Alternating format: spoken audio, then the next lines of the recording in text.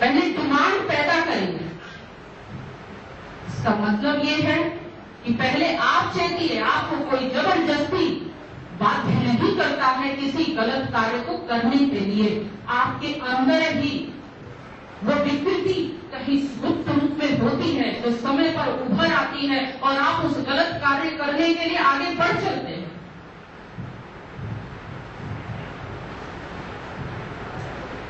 हम ही लोग में से कोई बैठा है अगली सरकार में शामिल हो जाएगा। आज हम बातें कह रहे हैं, ऐसे बहुत लोग जो आज नए सरकार में जाकर के बैठे हैं, नई सरकार बनी है सेंटर में,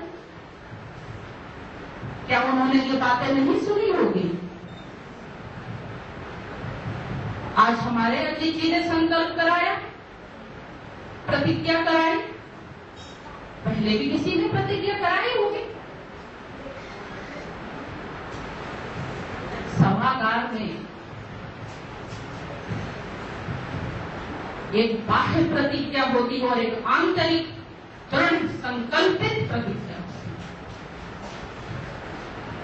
मन में ठान लीजिए, हमें अपने को बचाना है, हमें समाज को बचाना है, हमें मानव जाति को बचाना है, हमें भारत को बचाना।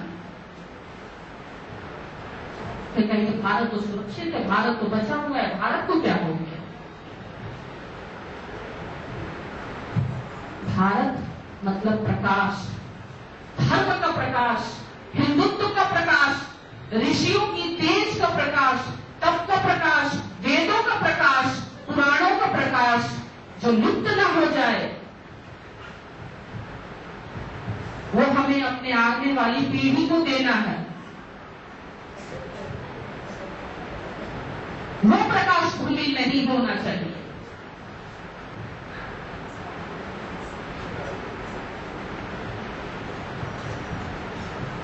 इसकी आवश्यकता है।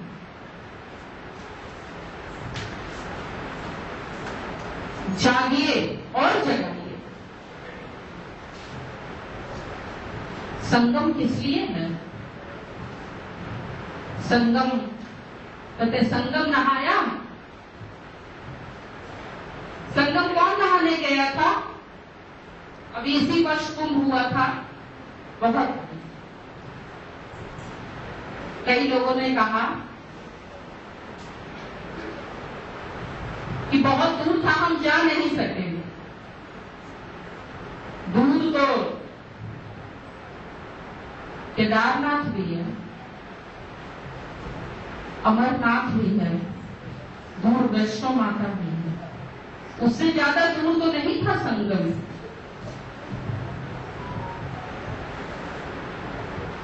और एक संगम हमारे अंदर भी है। ये जो आज एक दिवसीय कार्यक्रम का आयोजन हुआ है, ये अंतर के संगम में डुबकी लगाने के लिए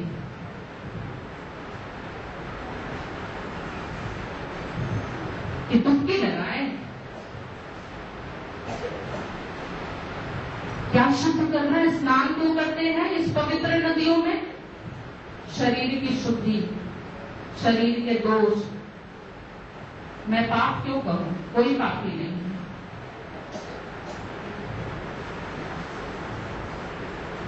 अपनी गलतियां, सब परमात्मा की संतान है, सब दिव्य है। अब कर्म, उन्होंने दिव्य तो अंदर हमें प्रकाश में बना के भेजा, अंदर एक ज्योति दे दी। अब उस ज्योति को हम क्या बाहर फैलाने के लिए तैयार हैं? ये सोचना। एक ज्योति हमें अंदर दी और एक ज्योति गौ माता की। वो ज्योति है। गौ का अर्थ क्या होता है? गति। गौ का अर्थ क्या होता है? ऊर्जा, तेज। धरती, भूलोक से लेके अंतरिक्ष लोक तक और पृथ्वी लोक तक जो कुछ भी है वो गौ ही है। और उसी से, इसी गो से गोत्र है। हम ऋषियों की संतानें हैं जिन्होंने तब से वो ऊर्जा हमें दी है। तो हम गो में हैं। आपकी पहचान, पंडित जी पूजा कराते हैं, आचार्य पूजा कराते हैं, आपकी पहचान क्या कहते हैं? गोत्र बोलिए अपना।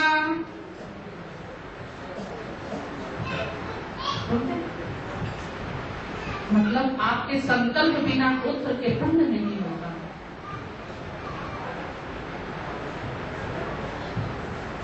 और गोत्र किससे है? गौ माता से। गौ माता नहीं, संकल्प अधूरा।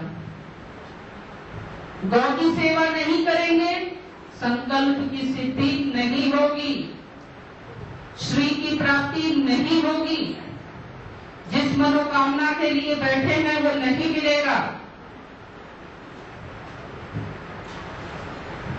जो कुछ भी यज्ञ आदि अनुष्ठान होता है, जितना हमें फल चाहिए उतने की प्राप्ति नहीं होती, हम थोड़े में संतुष्ट हो जाते हैं। हम थोड़े में हमारा कल्याण हो गया, बस हमने रोटी खा ली, बस इतना ही सोच के चुप हो जाते हैं। तो वो गो में धरा है, ये गो स्वरूपिणी,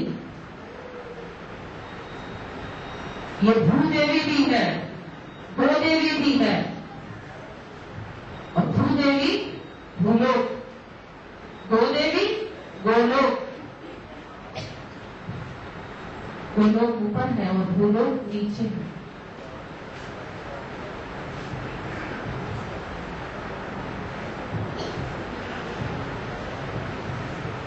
तो वो जो गौ माता है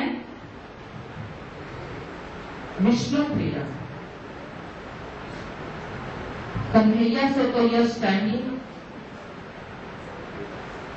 ज्योतिष में शुक्र ग्रह तो अच्छा करना होता है, तो या तो देवी की उपासना की जाती है या कन्हैया की उपासना की जाती है। लेकिन अगर शुक्र को अच्छा करना है तो अगर कन्हैया की पूजा नहीं भी करेंगे, कन्हैया तो बाध्य हो जाएंगे आने के लिए, अगर आपने इस नारायणी की और इस गौ माता की पूजा करनी है। वो आएंगे ही आएंगे, वो स्वयं बुला लेगी। पंडित जी कहते हैं गाय की पूंछ पकड़ के गाय का दान करिए, सींग पकड़ के और गले के पास जो रस्सी होती है उसको पकड़ के गौ का दान नहीं करवाया जाता है, पूंछ पकड़ के दान करवाई जाती है। क्यों पूंछ पकड़ के दान करवाई जाती है? पैदल पार करनी है, वैकुंठ लोक तक जाना है। वैकुंठ लोक का मतलब है कि उस विष्णु के चरणों में, उस नारायण के चरणों में जाना है। लेकिन पूंछ क्यों पकड़ी? क्योंकि जब जब ये किसी एक कथा से आप समझेंगे कि जब वो पुकार करती है ब्रह्मा के पास जाकर के, और ब्रह्मा सारे देवताओं के साथ विष्णु लोग जाते हैं, क्षीर सागर के पास जाकर खड़े होते हैं, तो गौ माता आगे होती है और ब्रह्मा से लेके सारे देवता उसके पीछे खड़े होते हैं। जब वो पुकार करती है, बात पीछे से कहते हैं, लेकिन आगे नारायणी ये खड़ी है, आंखों से अश्रुधारा बह रही है, रभा रही है।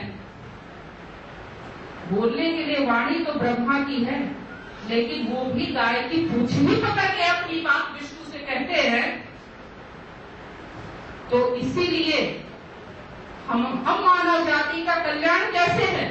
वो नारायण जो इस पृथ्वी के हमारे पालक हैं,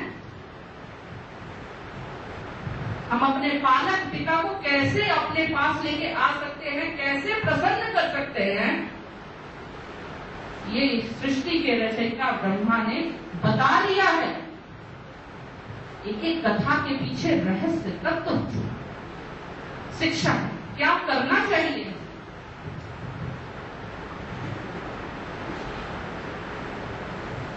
कभी तो पूंछ पकड़ने के लिए, मतलब पूंछ पकड़ के उसे परेशान करने के लिए मैं नहीं कह रही हूं कि बस छेड़ना शुरू कर दे आप सभी। तो ये जो संकल्प कराया है ये पूंछ पकड़ने के लिए। अब जब गाय नहीं रहेगी तो पूंछ कहां से पकड़े?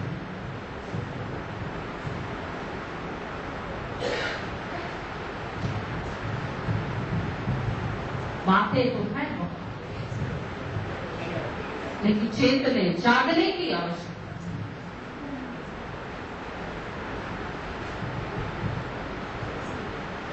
ये बहुत अच्छी बात है कि हमारी आवश्यकता होती है। आज हमें दूध मिल रहा है तो हमने गाय पाल लिया, लेकिन यहाँ लिखा हुआ है कि गौवंश को कत्ल खानों से बचाने में अपना योगदान दें।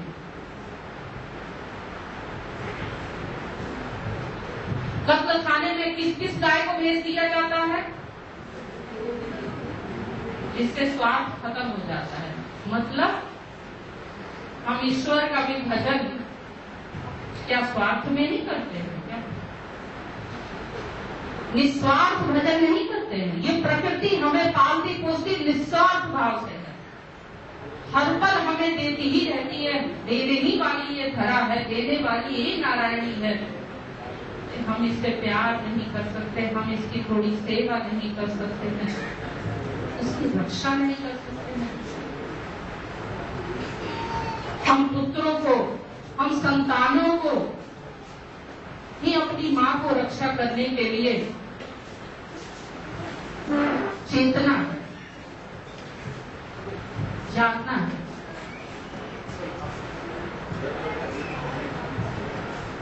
अब मैं आपको एक और उपाय, एक भागवत में ही एक प्रसंग आता है, उससे एक और उपाय बताना चाहती हूँ।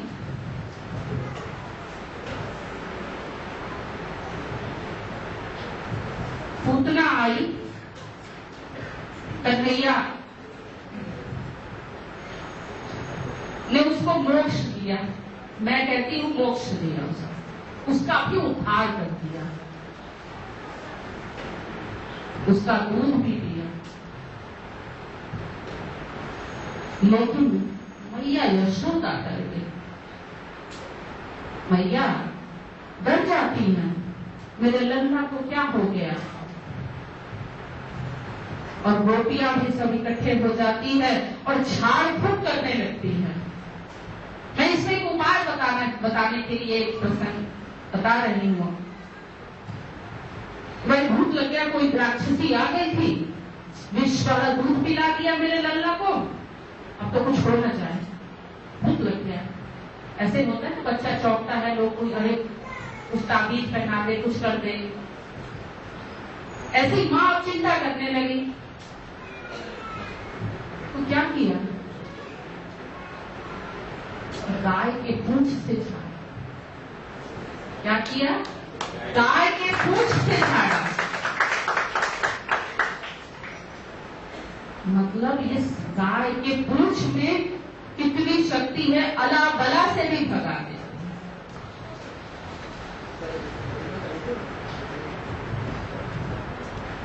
ऐसे तो लिखा ही है कि गाय के पूंछ में हनुमान जी का वास है, भूत पिशाच निकट नहीं आवे, महावीर जब नाम सुनावे।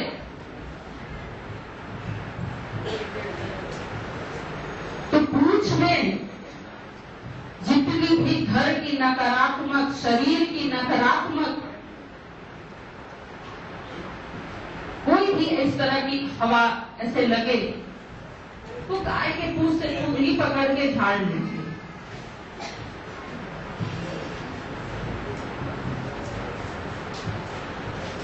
एक में अगर जिसका विश्वास ज्योतिष में हो तो मैं केतु ग्रह का उपाय आपको बताती हूँ। श्रावण मास आ ही रहा है और श्रावण मास की पूर्णिमा में ये उपाय किया जाता है, जो सिर्फ साल में एक ही दिन ये उपाय किया जाता है।